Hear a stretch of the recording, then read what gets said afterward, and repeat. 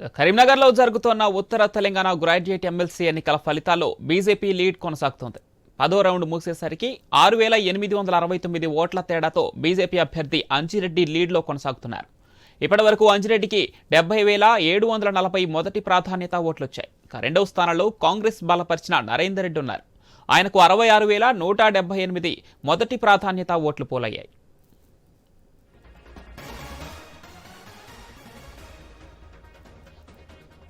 కరీంనగర్లో జరుగుతున్న ఉత్తర Telangana graduate MLC ఎన్నికల ఫలితాల్లో బీజేపీ లీడ్ కొనసాగుతోంది.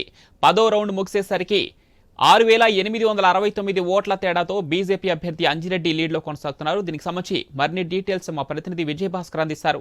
విజయభాస్కర్.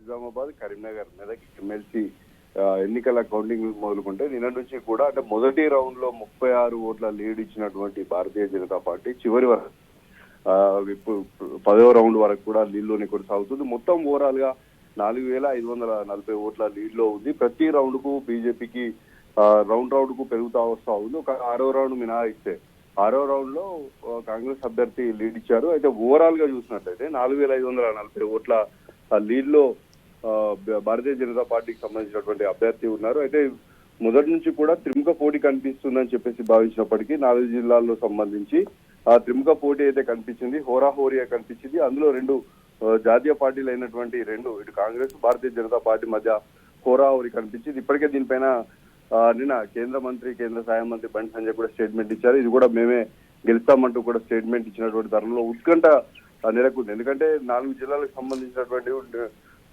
కౌంటింగ్ ఉన్నటువంటి తరుణంలో ఎక్స్పెక్టేషన్స్ ఉన్నాయి. ఎందుకంటే స్థానికత అంశాన్ని తీసుకున్నారని చెప్పేసి కొంతమంది, బీసీ ఫీలింగ్ తీసుకున్నారని కొంతమంది, లేదంటే సోషల్ మీడియాలో వస్తున్నటువంటి వార్తల నేపథ్యంలో ఓటీ బ్యాంకింగ్ జరిగిందని చెప్పేసి మరికొంతమంది భావించినటువంటి తరుణం కనిపించింది.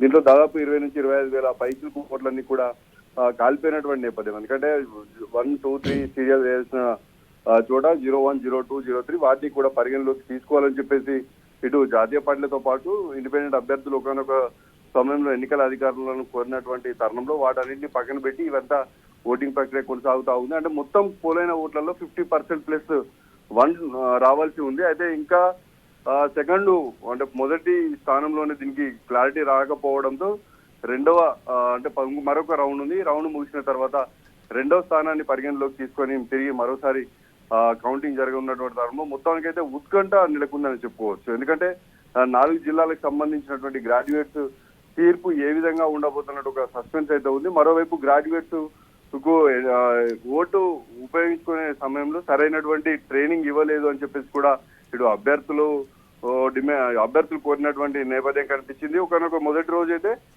రీపోలింగ్ నిర్వహించాలంటూ కూడా ఇటు ఇండిపెండెంట్ అభ్యర్థులు కోరినటువంటి నేపథ్యం కూడా కనిపించింది. వీరితో పాటు ఇటు బీజేపీ అభ్యర్థి, కాంగ్రెస్ అభ్యర్థితో పాటు బీఎస్పీ అభ్యర్థులు కూడా కాలిపోయినటువంటి ఓట్లను పరిగణలోకి తీసుకోవాలి, చిన్న చిన్న అంశాలను తీసుకోవద్దంటూ కూడా వారు కూడా ఎన్నికల అధికారులకు విన్నవించినటువంటి నేపథ్యం అయితే కనిపించింది. మొత్తానికైతే ఒక టెన్షన్ వాతావరణం అయితే చూడొచ్చు. 4 జిల్లాలకు సంబంధించినటువంటి గ్రాడ్యుయేట్ అభ్యర్థులు ఏం తీర్పిస్తారనేది మాత్రం ఇంకా బ్యాలెట్ బాక్సుల్లోనే నిక్షిప్తమైనటువంటి నేపథ్యం కనిపించింది. ఇక మరోవైపు 800 మంది పోలింగ్ అధికారులు విధుల్లో పాల్గొంటుండగా 400 మంది పోలీసులు సెక్యూరిటీని పర్యవేక్షిస్తున్నారు. 24 గంటల పాటు సీసీ కెమెరా నిఘా నీడలో ఓటు అయితే కౌంట్ చేస్తున్నటువంటి నేపథ్యం చూడవచ్చు. ఇప్పటికీ కూడా ఇటు భారతీయ జనతా పార్టీ అభ్యర్థి, అదేవిధంగా కాంగ్రెస్ పార్టీ అభ్యర్థితో పాటు బీఎస్పీకి సంబంధించిన ముగ్గురు కూడా ఆశాల్లోనే ఉన్నారు. తామంటే తాము బయటపడతాం, ఇంకా మాకు ఛాన్స్ ఉంది అని చెప్పేసి కూడా చెప్తున్నటువంటి నేపథ్యం అయితే మనము చూడవచ్చు. ఏది ఏమైనా మరికొన్ని గంటల్లోనే పూర్తి క్లారిటీ వచ్చేటువంటి అవకాశం అయితే మనకు కనిపిస్తా ఉంది. Right Vijayabhaskar, thank you.